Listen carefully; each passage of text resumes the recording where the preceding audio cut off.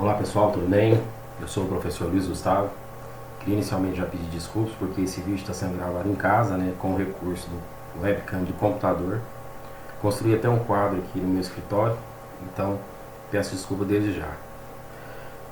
Pessoal, um dos assuntos que nós vamos tratar hoje vai ser porcentagem. Quando nós falamos em porcentagem, porcentagem é toda fração centesimal, ou seja, o denominador dela é 100, ou seja, I sobre 100, isso corresponde a I por cento, não é? Símbolo que todo mundo está acostumado, né? Está aqui, que é o símbolo de porcentagem. E é muito comum a gente ver no dia a dia, por exemplo, promoções, onde a pessoa vai lá e coloca 30% de desconto, ou 70% ou 50% de desconto. Infográficos, onde ele explora as porcentagens. É isso, então porcentagem é um assunto muito comum no nosso dia a dia. Agora, uma aplicação bem simples da porcentagem é o cálculo direto, né? Então, por exemplo, essa questão aqui fala: o Cefet do Rio de Janeiro oferece a seus alunos atividades extracurriculares para complementação de sua formação. No ano de 2018, 25% dos seus 1.440 alunos inscreveram-se nos cursos de dança contemporânea ou de teatro. Dos alunos inscritos, um nono desistiu e não compareceu e nem participou de nenhuma das aulas. Após a inscrição e desistências, cada curso contou com a participação de 200 alunos. Quantos alunos não participaram de nenhuma das atividades extracurriculares apresentadas? Então, eu tenho que 25% se inscreveram. Então, 1 menos 25 dá 75%, não se inscreveram em nenhum dos cursos. Agora, calculando esse 75%, então, 75% de 1.440 é uma multiplicação direta, né? É 0,75 vezes 1.440, que vai dar 1.080 alunos. Esses alunos não se inscreveram em nenhum dos cursos. Já 25% do total, que é 360, fizeram matrícula ou no curso de dança contemporânea ou de teatro. Só que, desses 360 alunos, um nono desistiu. Então, um nono 360, total de 40 alunos. Então, nós temos que 40 alunos desistiram, além de 1.080 alunos que não participaram de nenhum, nem fizeram inscrição. Então, o total de alunos que não participaram de nenhum dos cursos vai ser 1.080 mais 40, que vai ser um total de 1.120. Ok? Aumentos e descontos simples. Então, é muito comum a gente calcular por uma regra 23, né? Então, por exemplo, aumento. Eu tenho o valor inicial, que é o V0. Isso representa 100% que eu tenho. Já o valor final, se é um aumento, eu vou ter o 100% que eu tenho, mais I%. Mas uma coisa que a gente não pode esquecer, que 100% é 100 sobre 100. Então, na realidade, isso é 1. Aqui é 1 mais I. Multiplicando cruzado, a gente vai ter que o valor final, VF, vezes 1 é VF, isso tem que ser igual ao valor inicial, que multiplica por 1 mais a taxa. Então, com essa formulazinha, isso dispensa o uso da regra de 3.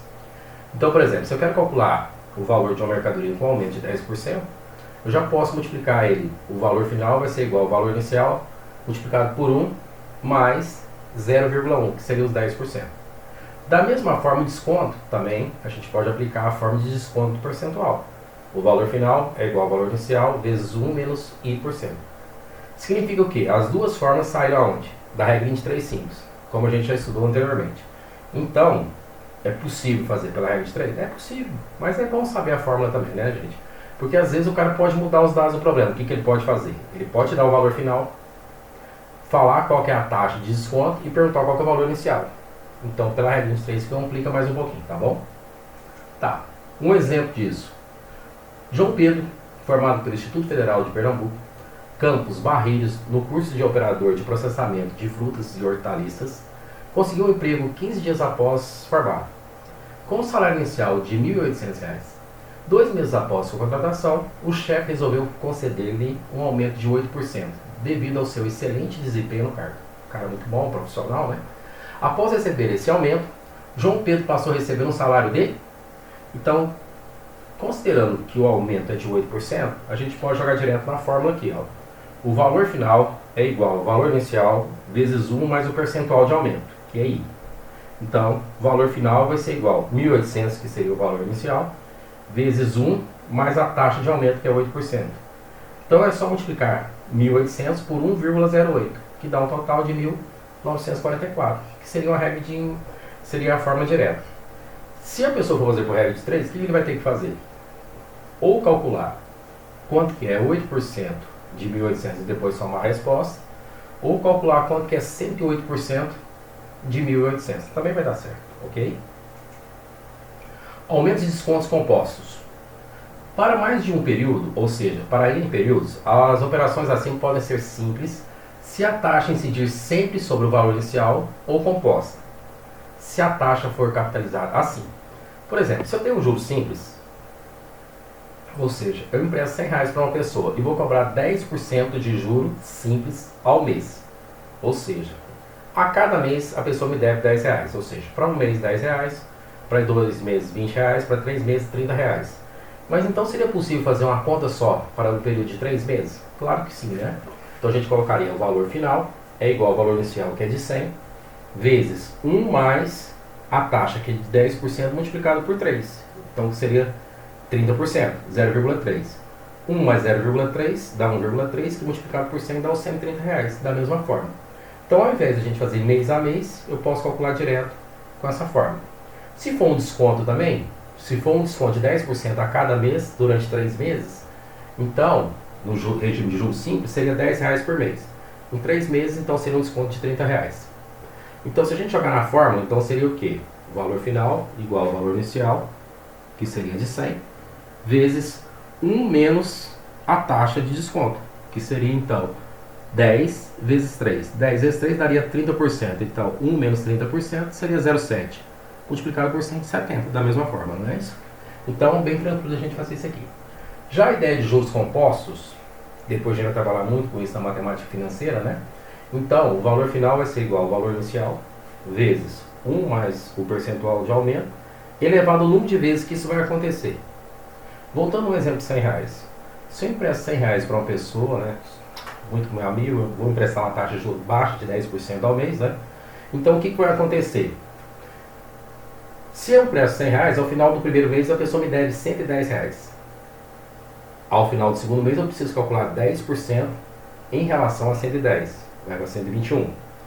Ao final de 3 meses eu vou calcular 10% em cima de 121, que vai para 133,10.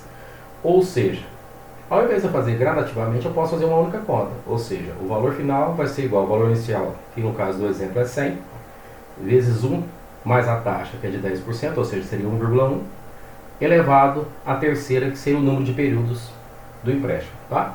Da mesma forma, a gente vai poder fazer com desconto.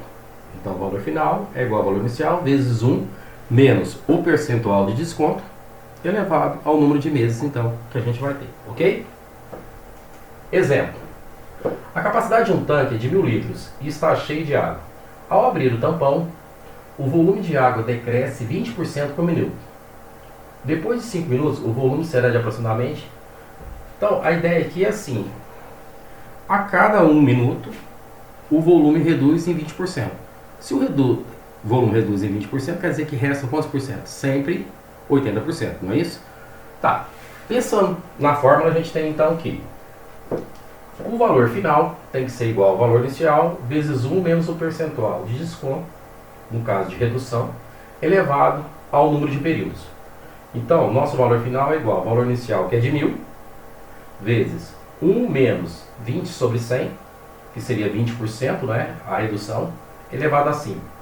Esse 20 sobre 100 é 0,2, ou seja, eu teria 1 menos 0,2, né, que seria 0,8, então seria 0,8 elevado à quinta, o resultado disso, multiplicado por 1.000, que dá um total de 327 litros. Ok? Então, isso aqui é um exemplo onde a gente usou a ideia de desconto composto, não é? Então, era um desconto de 20% a cada minuto. Quando foram 5 minutos, foram 5 descontos sucessivos, tá bom? Importante. O procedimento matemático para retirar uma taxa de juros que foi aplicada para determinado valor futuro é diferente do processo apresentado no desconto. Então, a gente sabe que o valor final de uma mercadoria é o valor inicial multiplicado por 1 menos a taxa. Isso é o desconto, para a gente aplicar o desconto. Só que, por exemplo, eu tenho R$100. Aí, o que acontece? Eu aplico um aumento dele de 20%, então ele vai para 120. Eu não posso simplesmente, agora, de 120 tirar 20%, porque ele não retorna o valor anterior. Então, o processo vai ser dado da seguinte forma. O valor inicial vai ser sempre o valor final sobre 1 mais a taxa de aumento, para que eu possa voltar no valor inicial. Isso aqui é muito utilizado no sistema price de financiamento. Ou seja, eu faço o financiamento, todas as parcelas têm o mesmo valor no decorrer do período. Porém, a taxa de juros é diferente para cada uma delas. Não é isso? Então, por quê? O primeiro mês ele tem o juros apenas um mês. A segunda parcela são de 2 meses. E assim sucessivamente. Lá está a legendinha. PV, então, seria o valor presente. O PMT seria o valor de cada uma das parcelas. E a taxa inicial. Por exemplo, se eu compro um carro em 60 meses, com todas as parcelas sendo de R$1.000. Então, a primeira parcela tem um juro.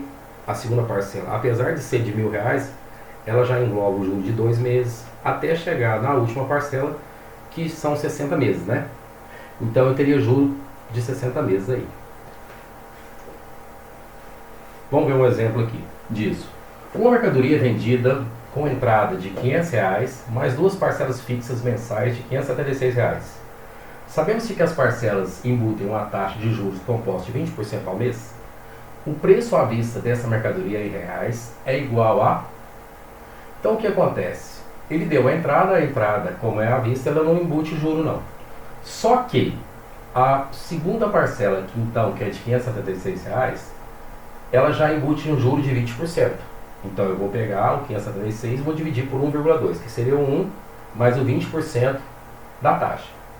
Já a terceira parcela vai ser R$576 também, só que ela tem juro de 2 meses. Por isso eu vou somar o 1 com mais 20%, que seria 1,2, e vou levar ao quadrado, porque são 2 períodos. Então o valor final é, primeira parcela, a entrada à vista, R$500, não mudou nada. 576 dividido por 1,2, 480. Já 576 dividido por 1,44, né, que é 1,2 ao quadrado, vai dar R$400. Somando tudo, o valor à vista dessa mercadoria é de R$1.380. Ok? Então, esse processo aqui de dividir o 576 por 1 mais a taxa de um mês é pegar esse dinheiro, 576, que vence daqui 30 dias e trazer para hoje. É fazer o dinheiro andar no tempo. Essa parcela que vence daqui 2 meses, eu vou trazer ela para 2 meses, antecipá-la. Então, eu estou fazendo o quê? Calculando qual seria o valor dela hoje, sem juros, que seria no caso R$400. Ok? Tá. Aumentos e descontos sucessivos. Outra situação interessante é essa. Então, de repente, uma mercadoria custa R$100, ela sofre um aumento de 10%, vai para R$110. Em seguida, no outro mês, elas têm um aumento de 20%. Então, agora eu calculo 20% em cima de qual valor? Em cima dos 110. Então, aumentos e descontos sucessivos. A forma de aumento, no caso sucessivo, eu tenho o valor inicial multiplicado por 1, mais a taxa 1, depois vezes 1 mais a taxa 2, e assim sucessivamente até 1 mais a enésima taxa. Se for desconto, da mesma forma, o valor final vai ser igual ao valor inicial, só que agora a gente vai subtrair 1 menos a primeira taxa, vezes 1 menos a segunda taxa, até 1 menos a enésima taxa. Agora, a gente pode mesclar as formas? Pode. Por exemplo, uma mercadoria teve um aumento de 10% em janeiro, 20% em fevereiro e um desconto de 15% em março. Então, dessa forma é valor inicial vezes 1,1, aumento de 10%, vezes 1,2, aumento de 20%, vezes 1 menos 0,15, que seria um desconto de 15%, para a gente determinar o valor. Um exemplo disso. Vamos lá. Essa questão aqui do Enem fala assim: o colesterol total de uma pessoa é obtido pela soma da taxa do seu colesterol bom com a taxa do seu colesterol ruim. Os exames periódicos realizados em um paciente adulto apresentam taxa normal de colesterol bom, porém a taxa do colesterol ruim, também chamada de LDL, é de 280 mg por decilitro. Então, o quadro apresenta uma classificação de acordo com as taxas LDL de adultos, ou seja, ela é ótima se ele for menor que 100. Próxima de ótima se estiver entre 100 e 129. O limite de 130 a 159. Alta, se estiver de 160 a 189. e muito alta se for acima de 190, né? 190 ou mais. O paciente, seguindo as recomendações médicas sobre o estilo de vida e alimentação, realizou o exame logo após o primeiro mês e a taxa de LDL reduziu em 25%. No mês seguinte, realizou um novo exame e constatou uma redução de 20% na taxa LDL. De acordo com os resultados do segundo exame, a classificação na taxa de LDL do paciente é... Então, o que acontece? Ele tinha um colesterol de 280, não é isso? Está aqui. Ele vai sofrer duas reduções, então reduções sucessivas. Uma de 25% no primeiro mês e uma de 20% no segundo mês. Então é a ideia de desconto sucessivo, certo? Então eu vou pegar o 280, que seria o valor inicial, e multiplicar por 1 menos 25%, quer dizer que vai restar 75% ao final do primeiro mês, e 1 menos 0,2, quer dizer que resta 80%. Então eu preciso calcular quanto que é 75%, de 80%, de 280, que deu um total de 168 miligramas por decilitro. Dessa forma, a classificação dele está entre 160 e 189, alta, letra D. Ok? Então, isso é a ideia de desconto sucessivo, um após o outro. Pessoal, finalizamos aqui. Qualquer dúvida, estarei à disposição. Abraço.